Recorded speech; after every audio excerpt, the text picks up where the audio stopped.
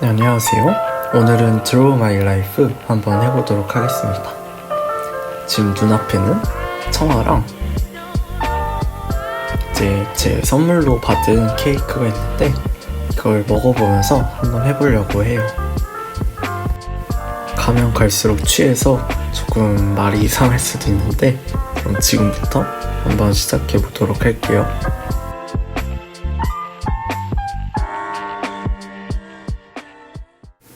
저는 2002년 5월 17일 경기도 의정부시 프라임 산부인과에서 태어났습니다. 처음 태어났을 때 제 엄마를 닮은 외모 때문에 친가 쪽 할머니 할아버지가 그렇게 썩 좋아하진 않으셨다 하는데 제 입으로 말하긴 좀 그렇지만 저는 매우 갓기였습니다. 밥만 제때 잘 먹이면 울지도 않고 잠만 자는 육아 난이도 최하의 그런 아이였다고 합니다. 정말 안 믿기겠지만 저는 애기였을 때 책을 정말 좋아하는 아이였는데 이제 영어면 영어, 한자면 한자, 숫자면 숫자, 한글이면 한글 이렇게 모든 새로운 걸 배우는 걸 되게 좋아했다 그래요. 제가 크리스마스나 생일 선물로도 장난감 이런 거 말고 책을 사달라고 부모님께 그랬다고 하네요. 참고로 저는 둘잡일 때 연필을 잡았다고 그래요. 지금 생각해보면 얼추 잘 맞는 선택이지 않았나 싶어요. 그리고 저는 어렸을 때 피아노 장난감을 가지고 놀았었는데 그 계기로 5살 때 피아노 학원을 다니게 돼서 그 뒤로 쭉 피아노를 치게 됩니다. 제가 6살 때 처음으로 나왔던 콩쿠르에서 차상을 타왔고 저희 할머니가 펑펑 울으셨다고 합니다. 이렇게 모든 새로운 걸 배우는 걸 좋아했던 저는 영어 알파벳도 되게 좋아했었는데 그래서 저희 엄마가 유치원을 영어 유치원으로 보내셔갖고 저희 동네에 있는 이와스라는 유치원에 다니게 됩니다. 아직도 기억이 많이 나는데 칼 티처라는 선생님한테 처음으로 배우게 됐는데 들어온 지 한 달도 안 된 제가 너무 빨리 실력이 느는 걸 보고 정말 감탄을 많이 하셨다고 해요. 그래서 저는 들어간 지 한 달 만에 플럼반으로 월반을 하게 됩니다. 그 소식을 들은 다른 학생들의 어머니들이 이제 저희 엄마한테 어떻게 그렇게 될 수 있었냐라고 물어봤는데 저는 진짜로 그때 다른 학원을 다니고 있지 않았기 때문에 저희 어머니는 아무것도 하지 않았다라고 했는데 당연히 다른 부모님들은 그 얘기를 안 믿었겠죠. 그래서 다른 부모님들이 저희 어머니를 굉장히 시기 질투를 많이 하셨다고 합니다. 네, 그 뒤로 저는 1년을 더 다닌 끝에 이와스를 졸업을 하게 됐고 서울 노원에 있는 청원초등학교에 입학을 하게 됩니다. 네, 이 학교도 역시 영어 교육을 아주 중점적으로 시키는 학교였기 때문에 초등학교를 이쪽으로 진학을 했고 가장 유치원 때 친했던 친구와 같은 반이 되게 되었습니다. 이제 엔젤라 티처가 제 영어 담임 선생님이셨는데 매우 무섭고 난폭하셨던 선생님으로 기억을 해요. 애들한테 욕설도 자주 하셔서 어린 저는 매우 충격을 받았던 기억이 있습니다. 사립초등학교였기 때문에 매일매일 7교시까지 있는 아주 빡센 일정을 소화하는 8살의 우혁이었습니다. 그렇게 1년 동안의 청원초등학교에서 생활을 마치고 저희 가족은 작은아버지 댁을 따라서 남양주시 진저부부로 이사를 가게 됩니다. 그렇게 주곡초등학교로 전학을 오게 된 저는 너무 소심했어서 친구가 돌을 던지는 등 심한 장난을 쳐도 아무 말도 못하고 뒤에서 혼자 우는 그런 아주 찌질스한 친구였습니다. 저렇게 지금이었으면 욕을 했을 것 같네요. 반에서 친구들은 되게 많았는데 단짝이라고 할 만큼 그렇게 친한 친구는 따로 없었어요. 그래서 늘 혼자 집에 가고 혼자 집에서 놀고 하고는 했었답니다.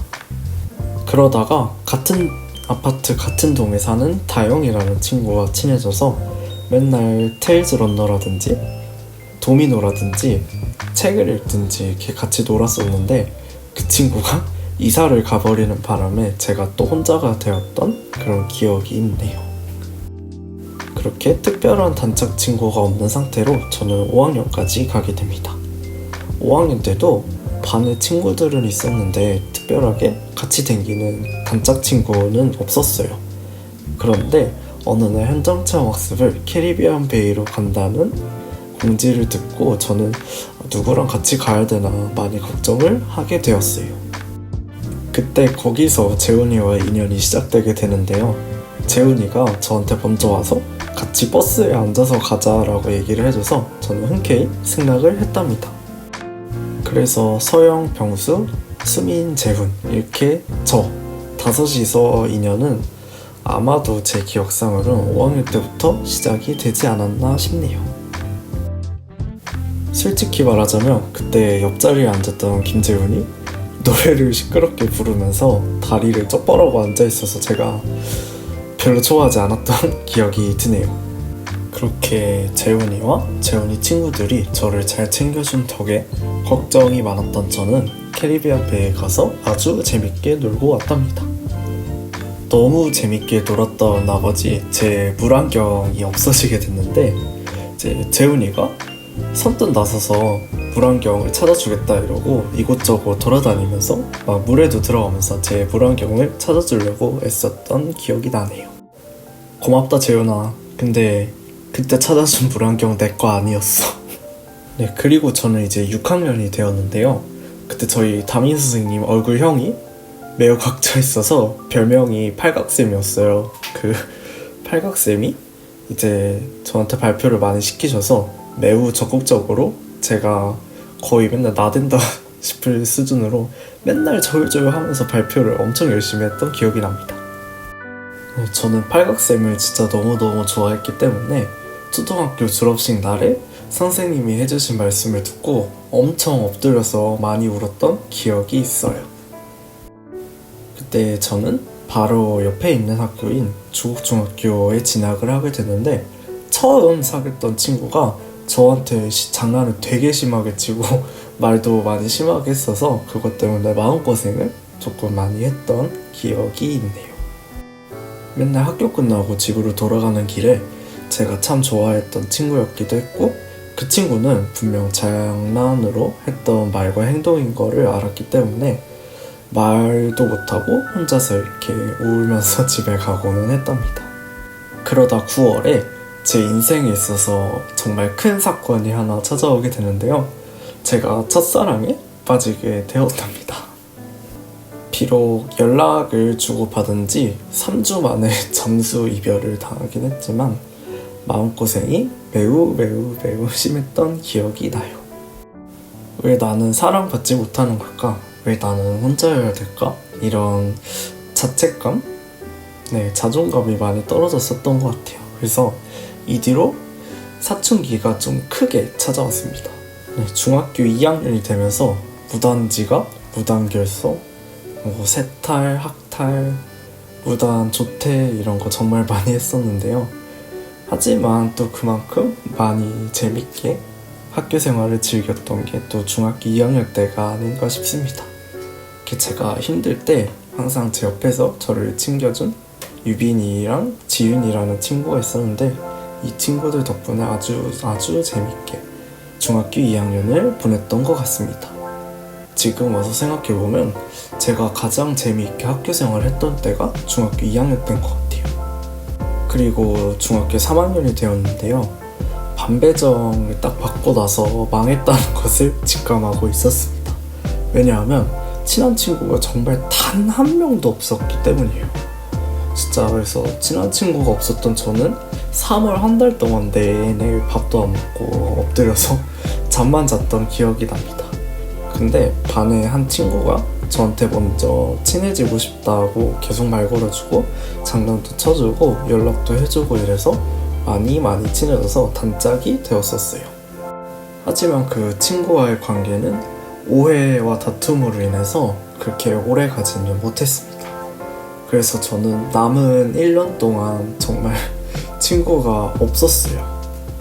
그래서 정말 심할 때에는 반의 남자아이들이 저한테 쓰레기를 던진다던가 이런 일까지 발생을 했었습니다. 같은 반 여자아이들이 저를 잘 챙겨주고 같이 다니긴 했지만 그래도 너무 속상하고 슬펐던 저로서는 졸업날만을 매우 못 빠지게 기다리고 있었습니다. 정말 거의 매일 울면서 졸업만을 기다렸던 저는 드디어 졸업식 날이 오자 친구들과 부모님들 다 있는 데 앞에서 친구를 끌어안고 진짜 펑펑 울었던 기억이 납니다. 그리고 저는 같은 동네에 있는 진적고등학교에 진학을 하게 됩니다. 이때도 역시 마음에 아주 잘 맞는 친구를 만나서 단짝처럼 거의 매일 둘이서만 붙어 다녔었습니다. 그런데 이 친구가 수학여행을 다녀오고 나서 특별히 크게 다투거나 하지도 않았는데 갑자기 자연스럽게 멀어지게 됐어요. 이때 겉으로 크게 티가 나진 않았지만 정말 많은 상처를 받고 스트레스를 받았었습니다. 그래서 영어 수업을 듣던 와중에 일이 터지게 됐는데 영어 수업을 듣는 와중에 심장이 되게 빨리 뛰고 호흡하는 게 좀 많이 힘들고 어지러웠었어요. 근데 이제 영어 수업이 끝나자마자 제가 일어났는데 그대로 풀썩하고 교실 바닥에 주저앉아 버린 거였어요. 네, 저는 그대로 그렇게 기절을 했습니다. 그때 저희 반에 맨날 놀러 오던 수민이가 교실 바닥에 쓰러져 있는 저를 보고 깜짝 놀라서 울면서 교무실에 가갖고 제가 쓰러졌다는 사실을 알리고 저를 부축해서 같이 백병원까지 가줬던 그런 아픈 기억이 있습니다. 수업까지 조퇴해 가면서 저랑 같이 이렇게 부축해서 가준 친구한테 정말 너무너무 고맙네요. 네, 그리고 나서 11월에 다른 반에서 마음이 더 잘 맞는 친구를 찾게 됩니다. 거의 영혼의 단짝이다 싶을 정도로 너무 잘 맞았던 그런 친구였어요. 그러다가 2학년 전 겨울방학 때 갑자기 저랑 다니기 싫다는 이유로 이렇게 제가 손절을 당했고요. 그 친구가 공부를 되게 잘하는 친구였기 때문에 그 친구의 코를 납작하게 눌러주겠다 라는 마음으로 저는 공부를 엄청 열심히 하고 결국 인생 첫 전교 1등이라는 미친 결과를 가져오게 됩니다. 지금 생각해보면 너무 고마운 친구네요. 네, 당시 내신이 1.08이고 혼자 반에서 이과였던 저는 이 성적을 가지고 그렇다면 치대로 진학해서 치과 의사가 돼야겠다라는 장대한 꿈을 목표로 삼게 됩니다.